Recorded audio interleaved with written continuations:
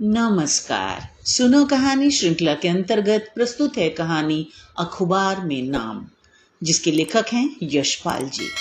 जून का महीना था, दोपहर का समय और धूप कड़ी थी। ड्रिल मास्टर साहब ड्रिल करा रहे थे। मास्टर साहब ने लड़कों को एक लाइन में खड़े होकर डबल मार्च करने का ऑर्डर दिया। लड़कों की लाइन ने मैदान का एक चक्कर पूरा कर दूसरा आरंभ किया था कि अनंतराम गिर पड़ा।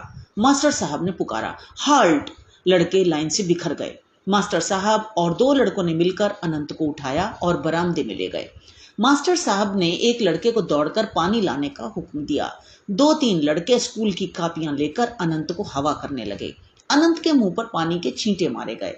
उसे होश आते आते हेडमास्टर साहब भी आ गए और अनंत नाम के सिर पर हाथ फेर कर पुचकार कर उन्होंने उसे तसल्ली दी। स्कूल का चपरासी एक तांगा ले आया। 2 लड़कों के साथ ड्रिल मास्टर अनंत राम को उसके घर पहुंचाने गए। स्कूल भर में अनंत राम के बेहोश हो जाने की खबर फैल गई। स्कूल में सब उसे जान गए। लड़कों के धूप में दौड़ते समय गुरदास लाइन में अनंत राम से 2 लड़कों के बाद था। यह घटना और कांड हो जाने के बाद वह सोचता रहा, अगर अनंत राम की जगह वही बेहोश होकर गिर पड़ता, वैसे ही उसे चोट लग जाती तो कितना अच्छा होता।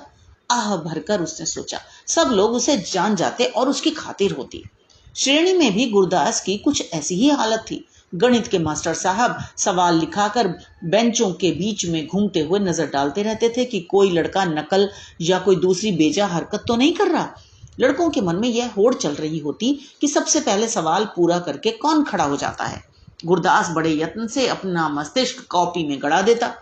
उंगलियों पर गुणा और योग करके उत्तर तक पहुंच ही रहा होता कि बनवारी सवाल पूरा करके खड़ा हो जाता।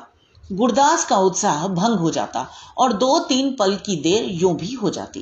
कभी कभी सबसे पहले सवाल कर सकने की उलझन के कारण कहीं भूल भी हो जाती। मास्टर साहब शाबाशी देते तो बनवारी और खन्ना को, और डांटते तो खलीक और महेश का ही नाम लेकर।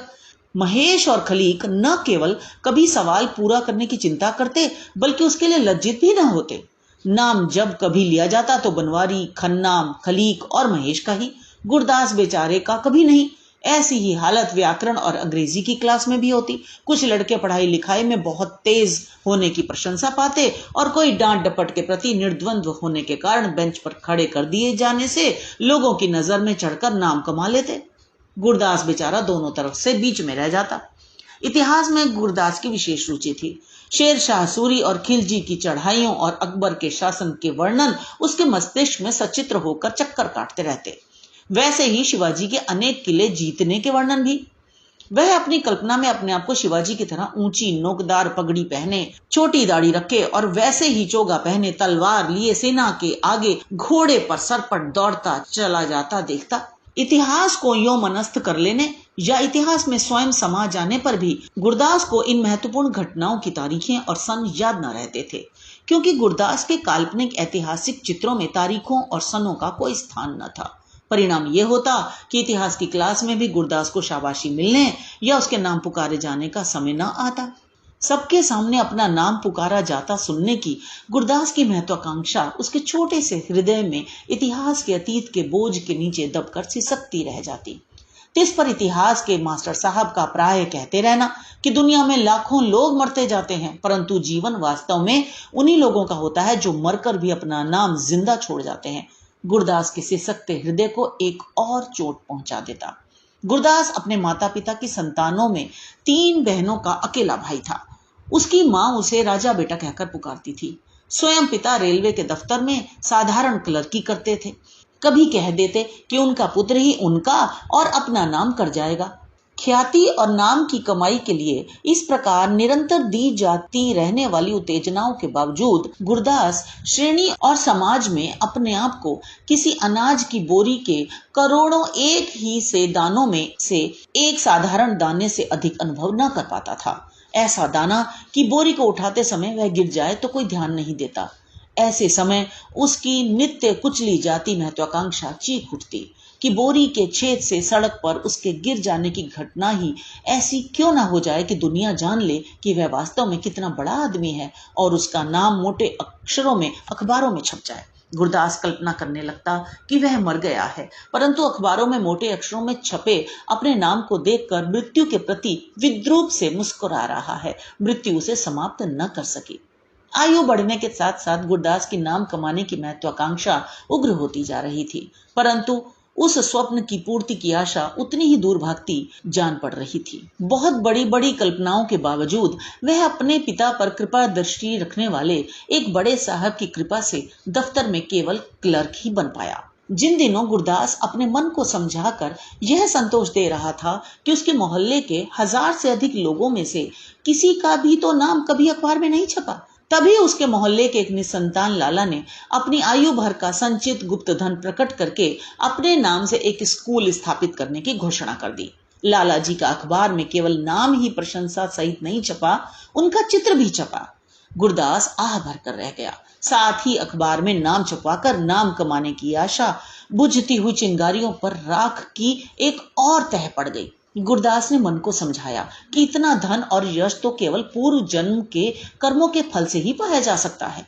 इस जन्म में तो ऐसे अवसर और साधन की कोई आशा उस जैसे के लिए हो ही नहीं सकती थी।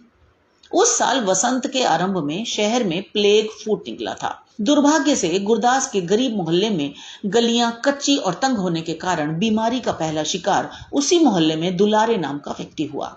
मोहल्ले की गली के मुहाने पर रहमान साहब का मकान था। रहमान साहब ने आत्मरक्षा और मोहल्ले की रक्षा के विचार से छूत की बीमारी के अस्पताल को फोन करके एम्बुलेंस गाड़ी मंगवा दी। बहुत लोग इकट्ठे हो गए। दुलारे को स्ट्रेचर पर उठाकर मोटर पर रखा गया और अस्पताल पहुंचा दिया गया। म्यूनिसिपैलिटी ने उसके घर की बहुत जोर से सफाई की। मोहल्ले के हर घर में दुलारे की चर्चा होती रही। गुरदास संध्या समय थका मांदा और झुंझुलाया हुआ दफ्तर से लौट रहा था। भीड़ में से अखबार वाले ने पुकारा, आज शाम की ताजा अखबार, नाहर मोहल्ले में प्लेग फूट निकला, आज की खबरें पढ़िए। अखबार में अपने मोहल्ले का नाम छपने की बात से गुरदास सिहर उठा। उसके मस्तिष्क में चमक उठी। ओह, दुलारे की खबर छपी होगी। अखबार प्राय वह नहीं खरीदता था, परंतु अपने मोहल्ले की खबर छपी होने के कारण उसने 4 पैसे खर्च कर अखबार ले लिया। सचमुच दुलारे की खबर पहले पृष्ठ पर ही थी। लिखा था, बीमारी की रोकथाम के लिए सावधान, और फिर दुलारे का नाम और उसकी खबर ही नहीं, स्ट्रेचर पर लेटे हुए घबराहट में मुंह खोले हुए दुलारे की तस्वीर भी थी। गुरदास ने पढ़ा कि बीमारी का इलाज देर से आरंभ होने के कारण दुलारे की अवस्था चिंताजनक है। पढ़कर दुख हुआ।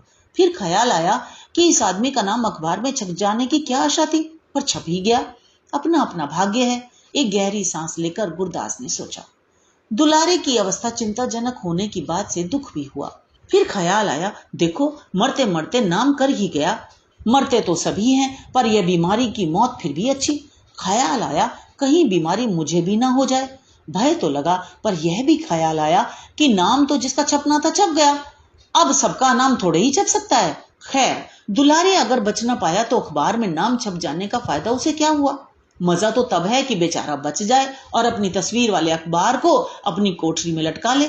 गुरदास को होश आया तो उसने सुना, इधर से संभालो, ऊपर से उठाओ। कूल्हे में बहुत जोर से दर्द हो रहा था। वह स्वयं उठ न पा रहा था। लोग उससे उठा रहे थे। हाय हाय माँ, उसकी चीखें निकली जा रही थी। लोगों ने उठाकर उसे एक मोटर में डाल दिया। अस्पताल पहुंचकर उसे समझ में आया कि वह बाजार में एक मोटर के धक्के से गिर पड़ा था। मोटर के मालिक शरीफ वकील साहब थे। उस घटना के लिए बहुत दुख प्रकट कर रहे थे। एक बच्चे को बचाने के प्रयत्न में मोटर को दाईं तरफ जल्दी से मोड़ना पड़ा। उन्होंने बहुत जोर से हॉर्न भी बजाया और ब्रेक भी लगाया, पर यह आदमी चलता चलता अखबार पढ़ने में इतना मगन था कि उसने सुना ही नहीं। गुरदास कूल्हे और घुटने के दर्द के मारे करा रहा था। कुछ सोचना समझना उसके बस की बात ही न थी। डॉक्टर ने गुरदास को नींद आने की दवाई दे दी। वह भयंकर दर्द से बचकर सो गया। रात में जब नींद टूटी तो दर्द फिर होने लगा और साथ ही ख्याल भी आया कि अब शायद अखबार में उसका नाम छप ही जाए। दर्द में भी एक उत्साह सा अनुभव हुआ और दर्द भी कम लगने लगा। कल्पना में गुरदास को अखबार के पन्ने पर अपना नाम छपा दिखाई देने लगा। सुबह जब अस्पताल की नर्स गुरदास के हाथ मुंह धुलाकर उसका बिस्तर ठीक कर रही थी, मोटर के मालिक वकील साहब उसका हालचाल पूछने आ गए। वकील साहब एक स्टूल खींचकर गुरदास के लोहे के पलंग के पास बैठ गए और समझाने लगे, देखो भाई, ड्राइवर बेचारे की कोई गलती नहीं थी। उसने तो इतनी जोर से ब्रेक लगाया कि मोटर को भी नुकसान पहुंच गया। उस बेचारे को सजा हो जाएगी तो तुम्हारा भला हो जाएगा। तुम्हारी चोट के लिए बहुत अफसोस है। हम तुम्हारे लिए 200-400 रुपए का प्रबंध कर देंगे। कचहरी में तो मामला पेश होगा ही। जैसे हम कहें तुम बयान दे देना, समझे। गुरदास वकील साहब की बात सुन रहा था, पर ध्यान उसका वकील साहब के हाथ में गोल मोल लिपटे अखबार की ओर था। रह ना सका तो पूछ बैठा, वकील साहब, अखबार में हमारा नाम छपा है? हमारा नाम गुरदास है, मकान नाहर मोहल्ले में है। वकील साहब की सहानुभूति में झुकी आंखें सहसा पूरी खुल गईं। अखबार में नाम? उन्होंने पूछा। चाहते हो छपवा दें?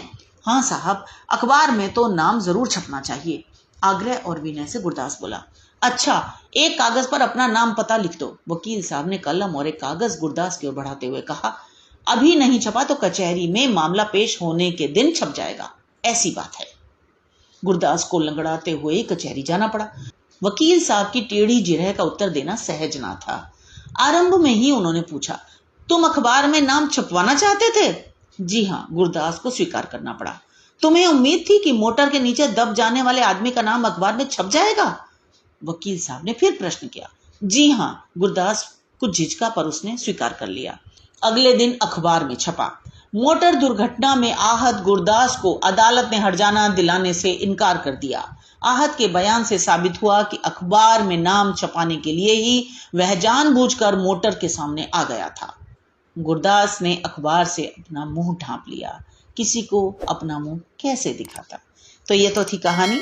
मुझे आशा आपको पसंद आई होगी। इसे दोस्तों के साथ जरूर शेयर करें ताकि प्रसिद्ध साहित्यकारों की अमर रचनाएं युगों युगों तक जीवित रहें। इस चैनल को सब्सक्राइब करना भी बिल्कुल ना भूलें। मिलते हैं अगली कहानी में। धन्यवाद।